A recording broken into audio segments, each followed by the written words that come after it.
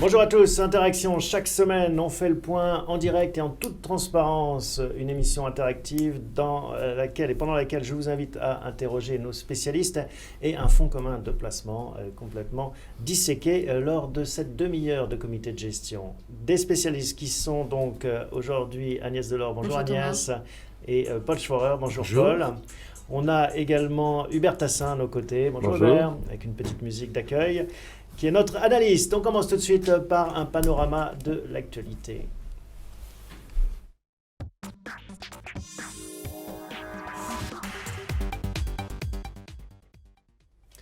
Alors, on commence ce tour d'horizon avec un petit récapitulatif de la semaine. On va voir tout de suite ce que donne le CAC depuis une semaine. Paul, vous vouliez commenter ce graphique ? Oui, en fait, surtout faire ressortir qu'on a eu plutôt des achats indiciels quand on voit que Sanofi est tout en haut. Et il est intéressant à renvoyer, à rapprocher de ce qui s'est passé sur tout le trimestre, finalement. Depuis le début de l'année, donc. Depuis le début de l'année. Alors, on va voir, en effet, depuis le début de l'année, ce que ça donne. Depuis le début de l'année, juste pour prendre un recul, l'indice CAC 40 est un des indices européens qui s'en sort le mieux, avec 5,5% de baisse, contre, pour l'Eurostoxx, 8 à 9%, ce que fait grosso modo le DAX. On est en hausse très très légère sur les bourses américaines, avec un dollar qui a aussi monté. Donc ça, c'est quand même très important à noter. Et enfin, il s'est passé un truc très étonnant, c'est la hausse de l'or. L'or prend 16% au premier trimestre, donc on peut dire qu'il s'est passé vraiment des choses qu'on n'attendait pas. Alors, avec une particularité, c'est qu'on avait Sanofi en haut depuis une semaine, on l'a en bas depuis le début de l'année. Voilà, tout à fait. Et on a aussi les bancaires qui sont tout en bas depuis le début de l'année. Alors, il est vrai qu'il y a eu un retournement dans la dernière journée du mois qui amplifie ce phénomène, mais c'est quand même intéressant. Il n'y a pas un secteur qui soit en hausse, à part celui ce qu'on appelle les basic resources. Voilà. C'est le seul secteur, qui évidemment vient d'extrêmement bas. C'est le seul secteur qui est en hausse. Alors il y a des choses qui ne baissent quasiment pas.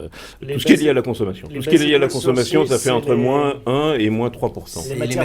Les matériaux de base. Les matériaux de base. Mais en revanche, vraiment frappant, les banques, les assurances, les services financiers. C'est-à-dire l'ensemble de ce secteur est en train de connaître une mutation, avec les banques centrales qui sont en train de changer le métier de ces gens-là. Et évidemment, les marchés ont du mal à le pricer. Il y a un autre secteur qui monte quand même, c'est le secteur de la construction et des concessions. Alors qui est stable, voilà, qui est juste à zéro. Oui, on voit Vinci qui fait 10% de hausse depuis le début de l'année. Donc ça a été une très belle contribution dans notre fonds. On a aussi...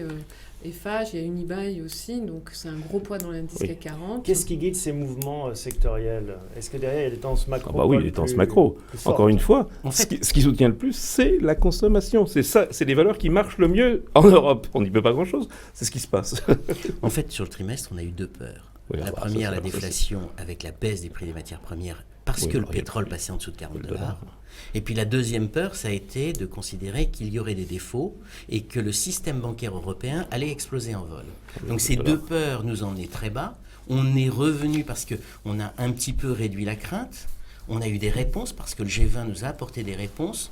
C'est-à-dire qu'ils nous ont dit clairement qu'ils avaient pris conscience de l'ampleur des problèmes et qu'il n'y aurait pas de dévaluation du yuan, donc qu'il n'y aurait pas transfert de la déflation ailleurs. C'est ce qu'on a évoqué la semaine dernière.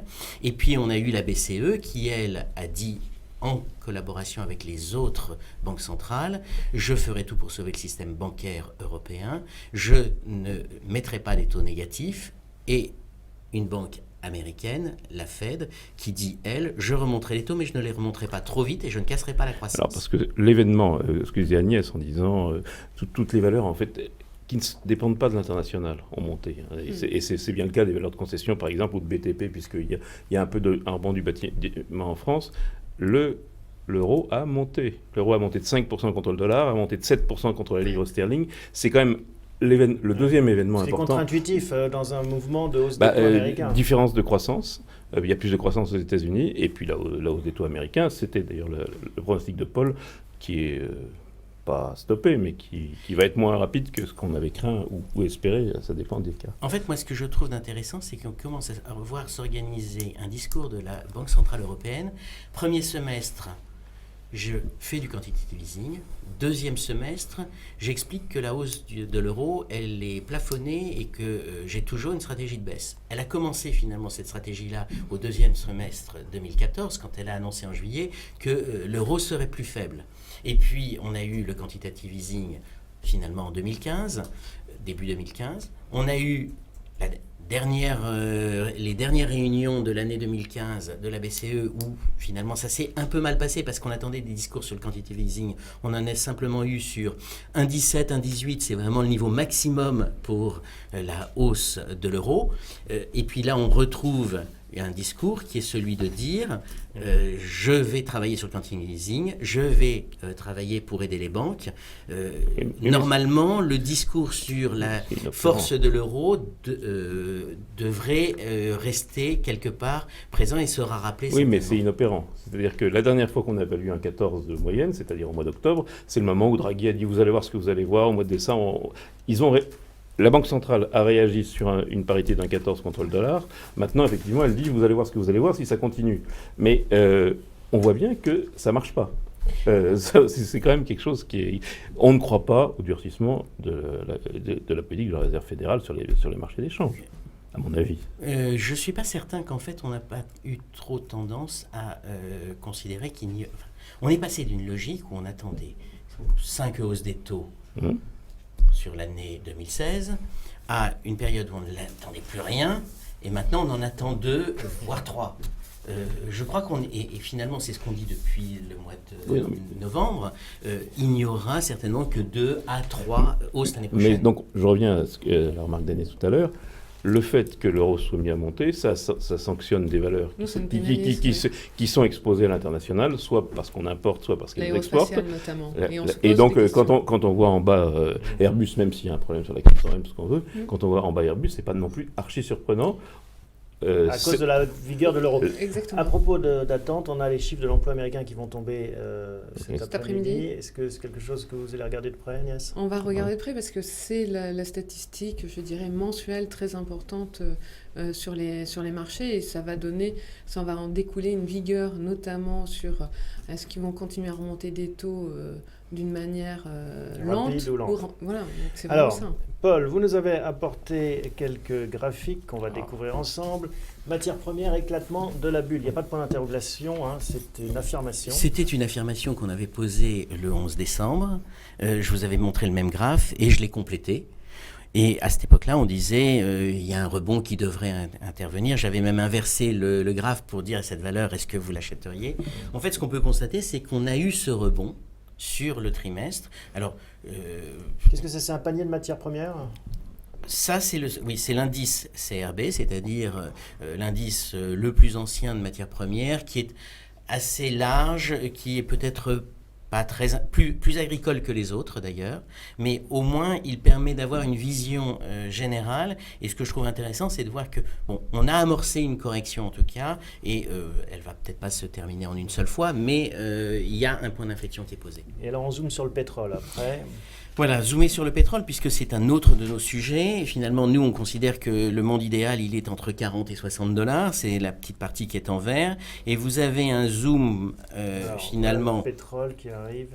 Du mouvement qui intervient dans la partie qui est en rouge, en bas, voilà. Où on voit que finalement, après avoir eu cette très grande inquiétude à partir du mois du 10 décembre, finalement, sur le fait que le pétrole pouvait enfoncer le niveau des 40 $ et aller plus bas, on est retrouver les 40 $, c'est pas nécessairement établi. D'ailleurs, on est un peu en dessous aujourd'hui. Donc la logique de ces deux graphiques, c'est qu'on a touché le fond pour les matières premières et pour le pétrole. Oui, mais ça peut être deux logiques. C'est qu'on a touché le fond, mais qu'on est un peu au bout du rebond. Le rebond, on le voit sur ce graphe du pétrole, le rebond, il est entre 40 et 50. C'est ça l'objectif. Donc on s'essouffle, c'est normal, puisqu'on a fait le rebond technique. Mais le but, c'est pas de retrouver 120 $. Et on est tout à fait d'accord. D'ailleurs, en fait, et ça ira pas plus bas. C'est déjà une information. C'est une information qui est rassurante. Ce qui est rassurant. Ça ne veut pas dire qu'on va pas encore s'inquiéter et que ça participera pas à la volatilité du marché. Mais c'est quelque chose d'important. Alors, on en a parlé déjà, on l'a commenté sur la dynamique sectorielle. Agnès, peut-être encore un mot. Là, on voit les principales hausses et baisses? On voit toujours notamment tout le secteur des basiques ressources, donc on a vu aussi l'immobilier, la chimie qui montent bien. Donc comme on disait depuis le début de l'année, le secteur qu'il fallait avoir, c'était le secteur des matières premières. C'est le bas de la pyramide de Maslow, c'est les besoins essentiels en fait. Oui. C'est ce qui avait baissé l'année dernière aussi. Il ne faut quand même pas non plus. C'est le charme de la bourse. C'est le charme de la bourse. Oui, mais c'est comme les valeurs comme Schneider qui ont été fortement pénalisées l'année dernière. Donc, et on a aussi Solvay, ces titres-là comme Imerys. Mais c'est intéressant parce que c'est aussi comme ça qu'on rediffuse de l'inflation. C'est à partir des prix de base. On aimerait en tout cas. Et c'est bien toute la politique de M. Draghi. Et c'est pour ça que ce 1,14, 1,15, 1,16, 1,17 est très important pour lui, parce qu'il faut l'inflation, il faut qu'on l'importe. Aujourd'hui, quelles que soient les hausses de SMIC en Angleterre ou en Allemagne, on ne va pas l'importer des salaires. Oui, mais comme le comportement du dollar qui influe notamment sur le comportement des matières premières. Voilà. Allez, encore un graphique, parce que c'est un festival. Oui, encore un graphique qui est un petit peu pour se donner un peu de distance et constater que finalement, depuis le mois d'avril 2015, on est dans une période intermédiaire et finalement, on ne fait que dissiper des craintes sur le marché. C'est-à-dire qu'on a eu, dans un premier temps, la crainte sur la croissance chinoise, et puis on l'a invalidée. C'était l'idée qu'il y aurait un ralentissement, qu'il y aurait une baisse des prix des matières premières, qu'il y aurait de la dévaluation qui importerait de la déflation. Donc ce schéma-là, on l'a quelque part abandonné au mois de septembre pour un premier rebond. Et puis ensuite, au mois de novembre, quand on a vu le pétrole redescendre, on est reparti sur la crainte sur le pétrole. On voit que les sommets sont de plus en plus bas malgré tout et ça dessine une ligne descendante. On est dans une ligne de correction, effectivement, et l'action de la BCE, finalement, l'illustre.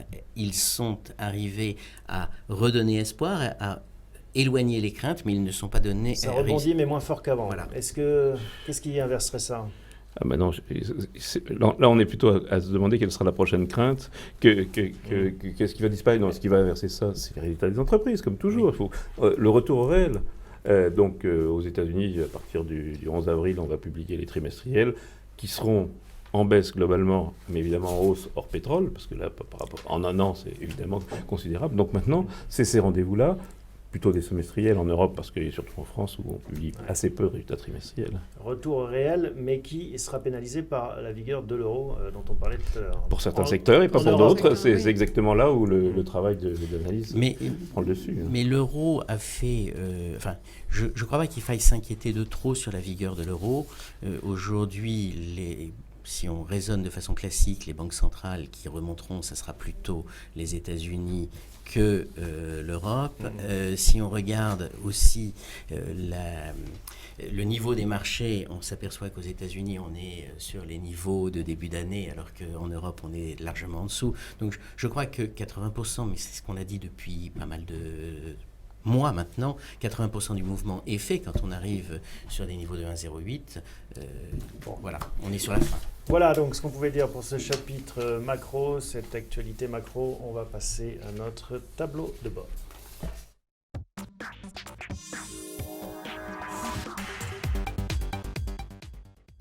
Alors, un tableau de bord qui commence, comme il est de tradition, par les feux. Un feu qui passe du rouge à l'orange, la version risque. Oui, la version risque, en fait, finalement, le rebond des marchés que l'on vient de voir, finalement, commence à avoir un effet et il y a un peu plus d'appétit pour le risque qu'il n'y en avait il y a 3 semaines. La dynamique des corrélations. Alors, qu'est-ce que c'est la dynamique des corrélations ? La dynamique des corrélations, c'est finalement le fait que l'ensemble des valeurs qui composent un indice évoluent toutes de la même façon et en corrélation avec l'indice. Donc, on a vu qu'il y avait les matériaux de base qui étaient surperformants, mais globalement, cela pointe le fait qu'il y a une certaine fragilité dans le marché. Et quand il y a un choc, une mauvaise nouvelle, les marchés vont réagir beaucoup plus fort. C'est-à-dire que ça veut dire... Et dans la même direction, quelles que soient les valeurs. Voilà. Sans discriminer. Plus c'est haut, donc moins il y a de discrimination. Ce sont ces fameux mouvements indiciels. C'est très indiciel. Ça veut dire qu'en fait, on a des mouvements qui sont très indiciels, qui sont on a peur, la peur s'en va, la peur revient, on repart. Et il est intéressant de rapprocher ça de la volatilité. La volatilité est plutôt revenue à la normale. Il suffit d'une mauvaise nouvelle pour que la volatilité reparte de façon très violente. Parce que la corrélation Il y a un truc très important à comprendre, c'est que les volumes ne sont plus du tout les mêmes que ceux qu'ils étaient même il y a un an. En tout cas, il y a 2 ou 3 ans. Ils sont plus faibles parce que les hedge funds n'arrivent pas à faire le même métier, puisqu'ils ne gagnent pas d'argent sur leur monétaire, ils ne peuvent pas aller faire de la spéculation à outrance sur le reste. Donc, c'est plus sain. Mais néanmoins, au jour d'aujourd'hui, on a moins de volume. Et donc, on surréagit. Et moins d'écart, en fait, moins de dispersion. Voilà. Ce qui veut dire que le métier de stock picker, qui est le nôtre, il est difficile. Il est difficile. Il faut attendre que ça rebaisse. On voit bien sur ce graphe. C'est quand ça baisse qu'on peut faire mieux son métier, parce que sinon, c'est très difficile de battre les indices. Bon, météo, on reste en mode 3. Vous le découvrez donc sur cette image. Et voilà donc ce qu'on pouvait dire pour cette séquence. On passe bien sûr à notre partie performance.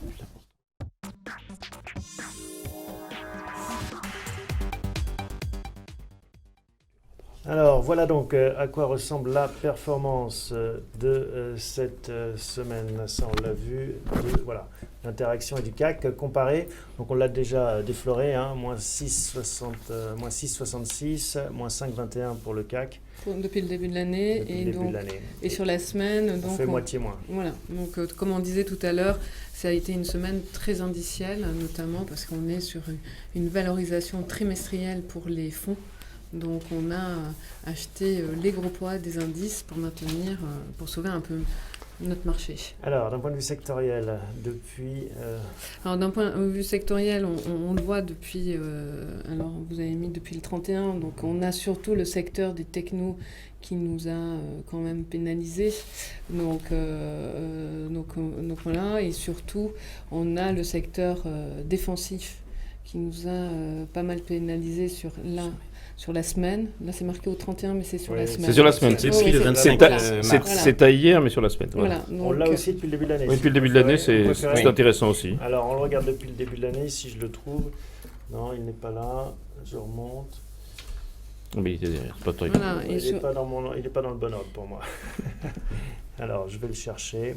Voilà, donc cette semaine, de toute façon, voilà, oui. Cette semaine, donc, ça a été surtout ça. Et du coup, là où...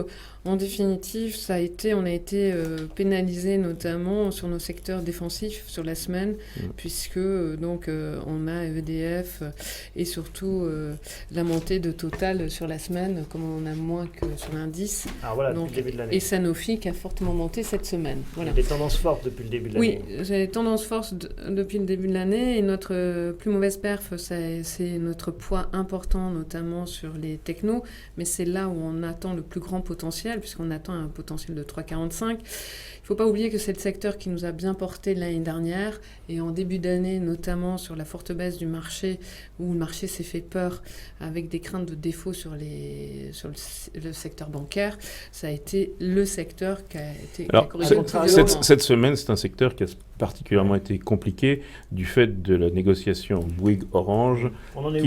On en est que ça devait être fini jeudi, et que évidemment, on en est au bout, c'est-à-dire qu'on en est une négociation. Paul, on en est que Google rachète Bouygues. Google rachète Bouygues ou Orange ? On pourrait racheter les deux.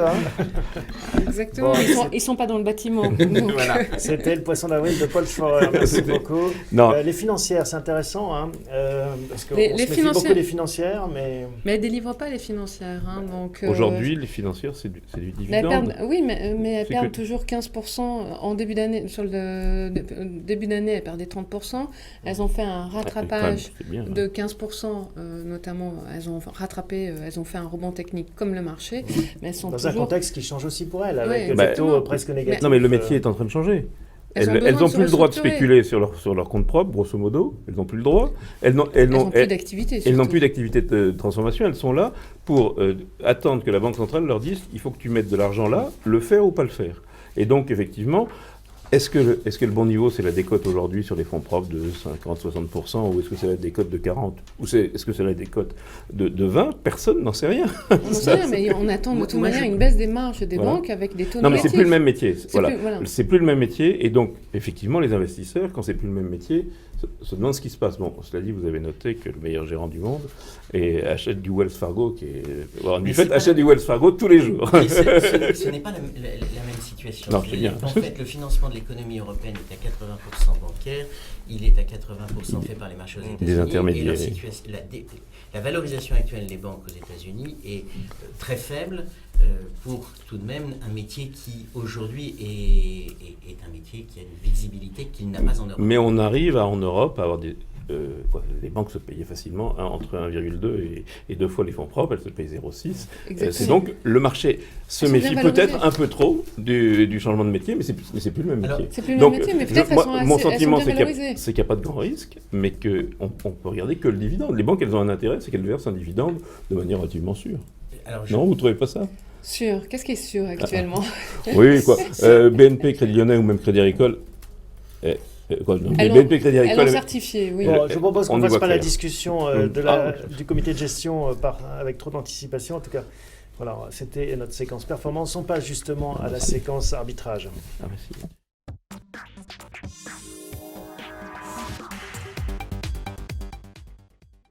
Alors voilà donc le comité de gestion de cette semaine. On commence tout de suite par un petit récapitulatif. Voilà, on a fait juste hier, on a renforcé notre position sur Essilor et on a allégé notre poids sur Nokia parce que d'une part on avait un poids un peu trop important sur notre position et je pense qu'on reviendra sur Nokia sûrement sur des cours plus bas. Voilà. C'est une très belle performance. C'était des actions Alcatel qui sont devenues des actions Nokia. Voilà. Et donc, oui, on a eu tendance à en racheter. Et puis, on est un peu au bout. Voilà. Je pense pour l'instant, à moyen terme, on est un peu au bout de l'histoire. Dans le détail, voilà donc la performance sur la semaine. Donc, on voit notamment la bonne nouvelle, c'est la forte montée de TUI. Donc, qui a annoncé notamment des réservations, notamment en forte hausse. C'est une agence de voyage allemande, c'est ça anglaise. Anglaise, mais... Donc, qui a annoncé une forte hausse des réservations pour cet été, des vacanciers. Et donc, c'est un secteur qui est favorisé par une OPA géante, quand même, qui est l'OPA sur Starwood. Donc, on voit quand même que les taux d'intérêt amènent des opérations financières, ce serait quand même malheureux. Ouais. Et donc... Ça montre que malgré les attentats, tout ce qu'on veut, il y a un secteur comme celui du tourisme peut très bien marcher. Je ne sais pas ce que disent les hôteliers, hein. Encore une fois, moins 20% à Pâques. Oui, mais bon... mais les hôteliers, ils vont chez Airbnb. Oui. Donc les gens voyagent quand même, ils prennent l'avion encore. Oui. On n'a pas encore ubérisé l'avion, mais on a ubérisé l'hôtel. Et puis les gens qui ne vont pas, malheureusement, en Égypte, au Maroc, en Tunisie, ils tournent quand même plus en Europe, même si on dit que l'Europe est très dangereuse. Bon. Oui. Alors, d'autres commentaires sur ce portefeuille, à part TUI? Alors, on a vu notamment toujours le même secteur de la construction qui se défend. Donc voilà, et puis on a Air France qui avait été pénalisé notamment avec les attentats de Bruxelles qui s'est bien ressaisi, et le secteur des technos quand même qui revient sur le devant de la scène avec Altran, on a Alten, donc voilà. Donc du coup... Voilà donc ce qu'on peut constater. Et dans l'autre sens, c'est toujours le dossier, bon il y a Airbus, donc à la fois les problèmes sur la 400M et puis le dollar, quand même, on peut le prendre dans tous les sens. Et puis, on voit en bas EDF, qui est un dossier... EDF, c'est sûrement pas cher au jour d'aujourd'hui, dans 3, 4 ans, 5 ans, mais il y a un bras de fer avec l'actionnaire pour savoir combien on va leur donner, pour à la fois aller jusqu'au bout des centrales et puis reprendre Areva. Donc, on est sur un dossier politique. Alors, donc, un dossier politique, ça peut monter et baisser. Hein. Oui, on demande même de reporter d'ici 2 ans, notamment, le point de vue britannique. Et puis, et puis, on a eu aussi Carrefour, la bonne nouvelle sur Carrefour cette semaine, notamment avec la montée... le renforcement du Brésilien dans le capital de Carrefour, qui a pris 8%, donc ils sont montés à 12% dans Carrefour. Le secteur entier de la distribution en Europe, alimentaire et non alimentaire, bouge aussi beaucoup, avec des OPA, avec des scissions qui sont annoncées. C'est un secteur, encore une fois, on a l'impression que le consommateur européen, c'est un bon point d'appui, donc évidemment, là ça aussi... l'étoile du berger. C'est un secteur qui bouge beaucoup. Et comme nous, on en avait profité, puisque la première opération qui a été faite, c'était Deleuze à Hold, qui est dans le portefeuille, qui est aujourd'hui en bas, mais qui a été très très longtemps en haut. Oui. À propos de dossier politique, alors c'est difficile de vous faire commenter quelque chose qui peut être contredit à tout moment de la journée ou du week-end. Orange donc et Bouygues. Quelle va être l'issue selon vous? C'est l'État qui coince? Moi, je reste confiante. Non, je pense que c'est le prix et le pourcentage. Mais donc c'est l'État qui ne veut pas être trop dilué. Non, mais effectivement, on est sur la fin, et donc il y a une discussion de marchand de tapis, et comme toute opération, fût-elle financière, fût-elle gigantesque... C'est le prix et la gouvernance. C'est le prix et la gouvernance. C'est vrai, c'est que... Un scénario, ça se ferait Qu'est-ce qui en a le plus envie? Voilà, c'est le problème. Est-ce que c'est le garçon ou la fille qui en a le plus envie? Il faut savoir. Hein. Si le scénario ne se fait pas, Bouygues, je pense qu'on a du Bouygues décrocherait. Oui, donc, c'est qui tout double. Et si ça se fait, ça va monter? Oui, Bouygues prendra 10%, entre 8 et 10%. C'est très décoté. Voilà. Ça va valoriser en effet les télécoms. Si ça ne se fait pas, ça pose un problème pour SFR, ça pose un problème pour Iliad aussi. Mais à qui Martin Bouygues vendra Bouygues Télécom si ça ne se fait pas? Si ça ne se fait pas. À Google. À Google. Peut-être, mais c'est plus compliqué. Mais ça pose un problème à l'ensemble de la profession qui déjà quand même a commencé à dépecer le truc. Et mine de rien, ça pose un problème à l'État, puisque l'État, dans cette fusion, touchait du cash, et il en a un peu besoin pour faire diverses opérations. Oui, mais je pense que si le deal ne se faisait pas, la porte aurait été claquée depuis longtemps. Oui. Donc le fait qu'ils continuent à négocier, c'est bon. Ils sont sur la fin. Il y a comment ils le disent, ils le font dire chez Bouygues en disant c'est intolérable. On a un ministre qui est un banquier d'affaires et qui mégote. Mais c'est son métier aussi. Pourquoi est-ce que l'État va toucher du cash? Parce que l'État va donner des titres, un peu de cash et des titres, mais il va revendre. Orange va revendre. Donc l'État va toucher du cash, va revendre les activités de Bouygues Télécom aux autres opérateurs. D'accord. Non loin, on trouve Bolloré qui bouge en Italie. Alors Bolloré, mais surtout Bolloré a annoncé quand même très très jolis résultats. Magnifique, donc enfin, je dirais, et notamment le pôle communication où ils sont... Grâce à Vivendi justement, avec des dividendes exceptionnels. Exact, mais bien sûr. Donc, mais du coup, Bolloré qui qui s'était un peu enlisé côté boursier depuis le deuxième semestre 2015. Donc, peut-être on va y voir un peu plus clair aussi, notamment sur ces investissements. On touche à Bolloré, à Vivendi, à Bouygues, à Orange en ce moment? Non, on est déjà pas mal investi sur ce secteur-là. Oui, mais on ne se déleste pas non plus, on ne profite pas des bons résultats pour sortir non plus? Non, parce qu'on aurait pu, sur Bouygues, on a rentré Bouygues récemment. Bouygues nous a pas mal contribué, donc nous rapporte un peu plus de 7-8% depuis qu'on l'a acheté. Donc peut-être on aurait dû, par sagesse, sortir, mais je pense qu'il y a... Le deal est à jouer notamment sur Bouygues. D'accord. Et puis Bouygues aussi, c'est l'activité construction. Qu'est-ce qu'il y a d'autre dans la semaine? L'activité construction, c'est la première fois depuis, je crois, 4 ans qu'on a un trimestre où l'activité construction monte en France. Donc c'est bon pour Bouygues et c'est bon pour nos fameuses sociétés de concession, les stars de la côte, Vinci FH. Et comme on a pu le voir, c'est pas seulement d'ailleurs en France, c'est en Europe. C'est en Europe. C'est en Europe. Alors, on vient de très très très bas évidemment quand on est en Espagne. Europe et aux États-unis. Et aux États-unis. Alors, aux États-Unis, on va dire que c'est moins surprenant. Oui. Donc non, mais Bouygues est très bien. On va pas vendre toutes nos télécoms pour acheter de l'Altis, parce que c'est ça le grand pari, c'est que si ça se fait, et il faut avoir de l'Altis, c'est ce qui va peut-être le plus monter en bourse le jour de l'annonce. Parce qu'Altis, c'est celui qui a le plus de levier, et si l'opération se fait, c'est celui qui peut avoir des remboursements plus rapides de sa dette venant de SFR. Il profitera en effet de... Non, c'est pas dans notre stratégie. C'est pas notre stratégie Altis. Ok. Agnès, qu'est-ce que vous avez noté cette semaine sinon dans l'actualité? Alors, dans l'actualité, il y a notamment, on met sur surveillance un titre, notamment Arcelor. On le regarde depuis un certain temps, Arcelor, et l'annonce notamment de Tata Steel de se désengager de ses actifs britanniques. Donc il y a une scission, et donc nous pensons que sûrement Arcelor risque, dans une période de consolidation et dans une phase de consolidation dans le domaine de la sidérurgie. Et on peut se poser la question si Arcelor ne sera pas scindé en plusieurs parties. Donc voilà, ça bouge beaucoup la sidérurgie en ce moment, donc... Oui, c'est normal. On redistribue la croissance manufacturière dans le monde. Donc les gens qui produisent de l'acier, c'est normal que ça bouge. Et puis c'est les conséquences des surcapacités chinoises. Exactement. C'est une autre manière de dire la même chose. Ouais. En effet. Et donc, on reste loin de ce secteur. On peut regarder, mais... Bon, voilà, ce serait un biais, je dirais, un biais spéculatif dans notre ratio, dans notre gestion qu'on peut s'octroyer dans notre gestion. Donc voilà, c'était un peu cette idée-là, et notamment si le marché se mettait à corriger, on regarde notamment le secteur basique ressources, et notamment par des titres comme Imerys qu'on a déjà regardé. Imerys, c'est une star, là, on peut le dire, je crois. Imerys a été une très belle valeur dans l'interaction l'année dernière. C'est une valeur magnifique. Voilà. Mais qui ont beaucoup souffert. C'est presque l'inverse d'Arcelor. Arcelor, c'est assez compliqué. Et c'est de l'ultra-spéculation. Imerys, on est sur une boîte magnifique, très très bien gérée, de la visibilité. Mais qui ont beaucoup souffert aussi. Qui a souffert à partir du deuxième semestre 2015, et notamment par la baisse des matières premières. Il ne faut pas oublier que Imerys, c'est quand même les pays émergents, je dirais, ne sont pas le seul marché des pays émergents d'Imerys. Ils sont bien exposés aussi sur l'Inde.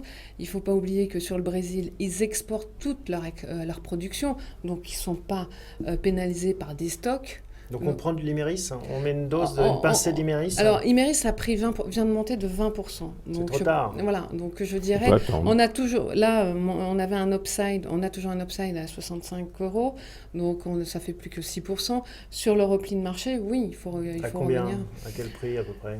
Je pense qu'il faudrait qu'elle recorrige peut-être de 10%. Donc voilà, donc du coup, à regarder. Moi, ce qui me semble intéressant, c'est que depuis très longtemps, dans notre premier tableau, les cycliques sont sous-pondérés. Et finalement, on voit que dans le cycle, on avance, puisque de plus en plus, on s'intéresse, après avoir intégré le fait que l'énergie baissait, à cette partie-là du portefeuille, et en fait, on va la remonter en puissance. Donc, je trouve qu'on est bien dans une situation où c'est pas le début de la fin, c'est peut-être la poursuite du cycle qui est en train de naître sous nos yeux. Sachant que c'est des gros consommateurs d'énergie dont on parle. Hein.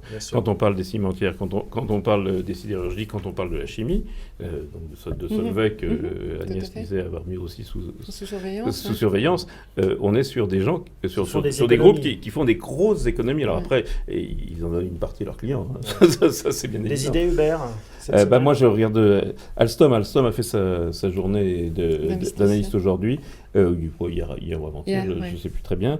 Moi, je trouve que c'est dans le bon sens. C'est qu'on avait allégé l'Alstom puisqu'ils avaient fait une opération de rachat partiel d'actions pour rendre un peu du cash qu'ils avaient obtenu de la cession de leur activité énergétique à General Electric. Je me demande si on n'approche pas du moment où il faut reconstituer la ligne telle qu'elle était au départ. Oui, sûrement, notamment puisque la partie, notamment, ils vont rentrer dans le retour de cette journée d'investisseurs. Ils vont continuer à réduire leurs coûts. La partie ferroviaire est mal valorisée et surtout, ils vont notamment faire d'énormes progrès dans la signalisation, se moderniser dans la signalisation. Donc, ils sont très bien positionnés. Est-ce qu'on prend du Alstom alors On va la surveiller sur le repli du marché. On peut la surveiller sur le repli du marché parce que... Elle est à 21,77 parce qu'on avait allégé, c'est une bonne affaire, hein, puisque c'était nettement au-dessus du cours d'aujourd'hui, mais en profitant d'une opération financière. J'ai aux alentours de 30 et quelques euros. Oui, tout à fait. Elle est à 21,77, on est monté à 28... Et on en a vendu à 31, c'est-à-dire que c'était sur l'opération d'échange, on a amené nos titres sur les échanges. On attend qu'elle revienne proche de 20 plus très loin, oui. Plus très loin, oui. Donc, mais ça risque... Oui, tout à fait. Donc on ne touche pas ni à Alstom ni à Imerys, on les met sur le radar. Un dernier mot. Alors les banques, donc on a des banques, contrairement à ce qu'on peut voir si on regarde un peu vite le portefeuille, puisque le choix a été fait de ne pas choisir entre ces banques pour ne pas avoir une mauvaise nouvelle de l'une ou de l'autre. Donc encore une fois, les banques, la question c'est si on en a, qu'est-ce qu'on vise? Donc ce qu'on vise, c'est ça va. Moi je crois qu'il n'y a pas beaucoup de risques. Même s'il y en a sur les banques italiennes, sur les banques espagnoles de temps en temps. Je pense qu'il n'y a pas colossalement de potentiel, mais ce n'est pas forcément mauvais dans les marchés qu'on a. Donc ça veut dire quoi? On voudriez renforcer le Je me pose la question, ça vient de baisser, ce n'est pas le moment de vendre sans doute. Hein. Donc, je pense qu'on oscille entre deux peurs. pour moi sur les banques. La première, c'est elles ont à redéfinir leur business model, donc la visibilité est moindre et peut-être qu'elles pourraient couper leurs dividendes. Ça peut être une première inquiétude. On répond oui ou on répond non. La deuxième inquiétude, c'est est-ce qu'elles peuvent faire défaut ? Alors là, de ce côté-là, je pense qu'à chaque fois qu'on remet ce sujet sur la table, on se fait trop peur et ce sont des opportunités d'achat pour les banques parce qu'on sait que la BCE sera maintenant, elle l'a dit. Et là, on est où alors ? On est plus près du défaut ou plus près des dividendes coupés ? On est sur le neutre. Bon, et sur le neutre, non, mais les banques françaises, à l'exception de la Générale, parce que dès qu'il y a rumeur de défaut, c'est la Générale qui part en vrille, mais on peut dire que la BNP et le Crédit Agricole, elles ont des dividendes qui sont assez assurés maintenant. Oui, mais de toute manière, à mi-avril, il y a la réunion de l'OPEP qui est assez attendue, mais je pense que d'une part, le marché a déjà pricé de toute manière qu'il en ressortirait un gel de la production. Donc, mais du coup, c'est les événements qu'on attend. À partir de mi-avril, la résultat des sociétés et une stabilité sur les prix des matières premières. C'est surtout ça. Oui. Bon. Du côté des banques, finalement, c'est certainement ce qui se décidera en Italie qui fera la différence. Oui, donc, Bank Wait and See, c'était le titre aussi de notre émission aujourd'hui, Wait and See. On en saura plus la semaine prochaine. Merci d'avoir participé, merci à vous de nous suivre. Merci. Et on se retrouve donc vendredi prochain à 12h30. Je vous donne rendez-vous en direct. Venez nous challenger, nous poser vos questions. Bonne semaine. Merci.